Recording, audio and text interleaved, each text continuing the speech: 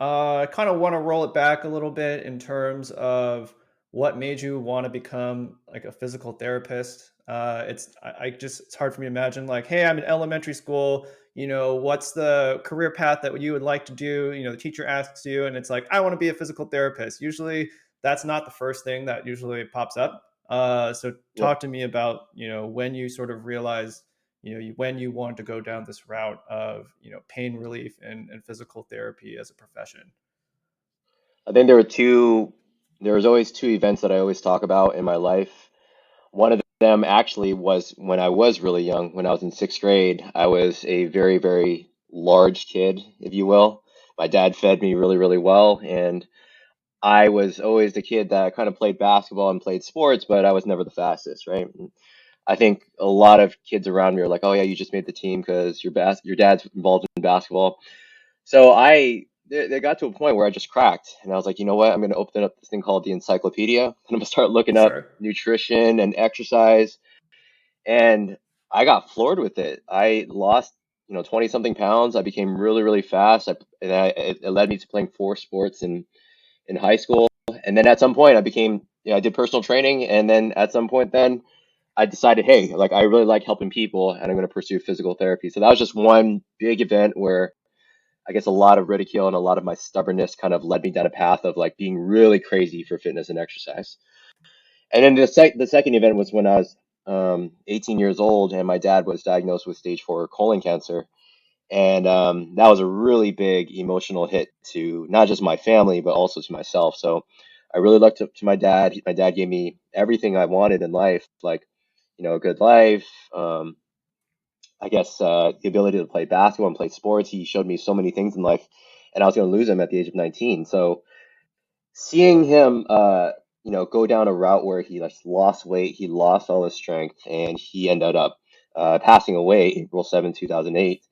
I had to get him off the couch. I had to get him out of bed, and I saw how his body weakened over time, and I didn't want that for other other families, right? That really hit me in the face where I was like, you know what? Like I have a sense of wanting to keep my body healthier, wanting to be an example to my family, but also wanting to help other, moms, dads, people that don't really know how to take care of their health, right? And that's why I'm so big on proactivity because I want to not have other people experience that type of casualty or tragedy in the family. So that was a big one with just like helping my dad get, out of bed and helping him get changed. It was just like a really big emotional thing that said, "Hey, I want to help more people and I want to do this for the long term." I guess for just some background information, like when I met Jason, or we actually played together as teammates in our senior year. So I don't know if I necessarily saw you at the sixth grade stage of Jason Wan's Hmm. life, um, and I do know that obviously it was really sad when your dad passing away. He's a guy that I remember had changed a lot of lives, right, through basketball, Hmm. through coaching. And so I just wanted to let people know that like your dad was someone who was really impactful to the Asian American community, the San Francisco Asian American community, as well as the basketball community as well. Hmm. Yeah, definitely a really great guy and someone who changed a lot of lives. One Yeah, thing I for do sure. want to kind of talk about is, uh, you talked about how, when your dad was going through kind of the recovery period, having trouble, from, getting off the couch. I feel like for a lot of, older Asian parents, or maybe just older parents in general, or older people in general, um, how do you get them right to be proactive? Like, let's say, for example, if they're not able at that proactive stage when they're younger to, do all these different types of preventative activities, as well as, just not having the knowledge right before, right? Like maybe it's not within those types of communities to know about all these best practices. Like, how do you address, the older generation, you know, uh, given that they don't have that proactive background? I'll definitely say there's 2 points I want to hit on. It's like one, it's never too late to start. That's one, and then number two, it's you gotta have a deeper sense of why. Because I think that many people, including yourself and many people around you, maybe older individuals, have a good sense of what to do. It's like, hey, just get off your butt and just go walk, right? You can know how to do it as well. So you can kind of know like how to do a squat, how to do certain exercises. You kind of know the benefits, but you don't have a deep sense of why. And what I tell people is like, hey, if you don't have a deep sense of why you're doing things, then you can know the how and the what, but it's to no avail. Like you're not really going to use the tools. So, one of my deep sense of why, and I tell my clients and I tell people on social media all the time, one of my deep senses of why I work out so hard and I keep my body healthy is because I always think of my son and I always think of my wife. I always think of the people that will depend on me. And I think if people lack that sense of why, and you should read the book, Simon Sinek, Know Your Why, if you haven't read it. I have, And yeah. it It's a great book. and it goes through just peeling the layers of the onion. Like you might have a superficial word. Why do you want to get in shape? Yeah. It's because I want to look better. Okay, why do you want to look better? Because I want to feel more confident. Why do you want to feel more confident? Because my quality of life depends on it, and I want to I want to be an example to people. I want to help and contribute more to the needs of others.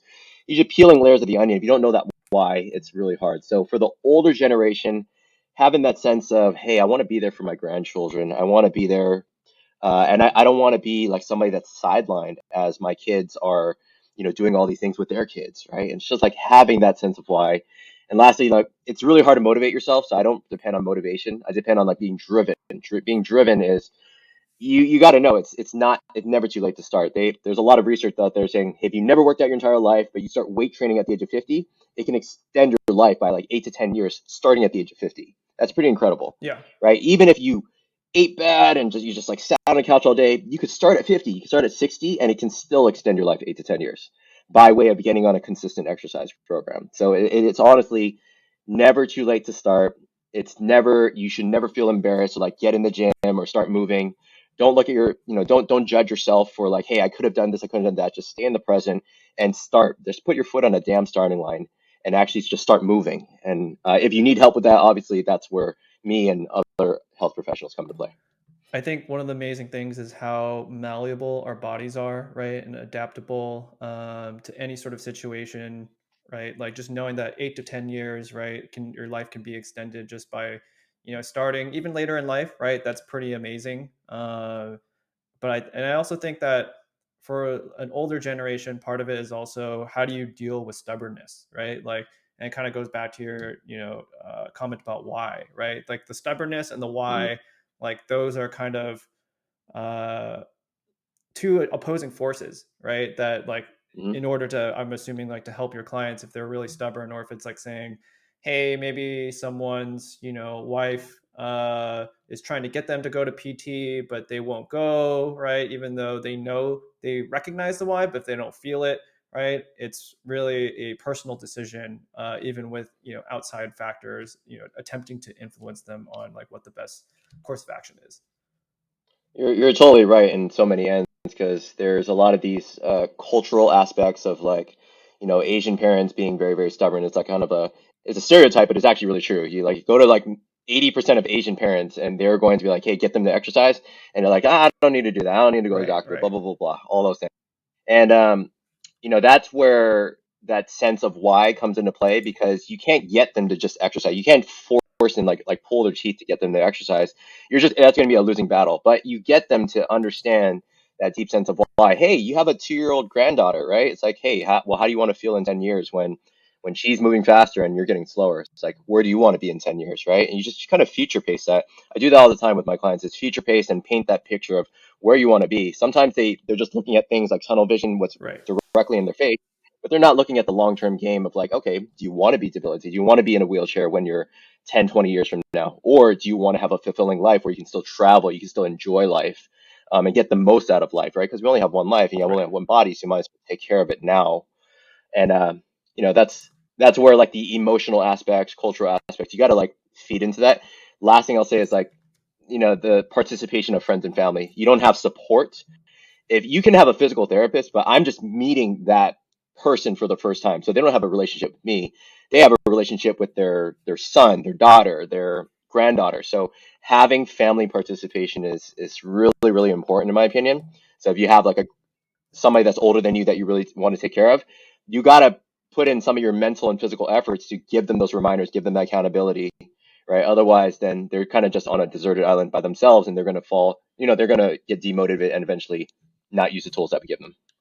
Essentially what it sounds like is, I know you mentioned like, being driven and having that why, and I also think that having a system, right? Like trying to systematize ways that they can't fall off of, like if they're trying to commit to something, there has to be an accountability system for them, whether it's like you're painting a picture of like this potentially could be a future that you may not want, right? To even like, Mm-hmm. hey, you set up a routine. If you don't show up to these routines, right? Or like, sorry, I shouldn't say routines.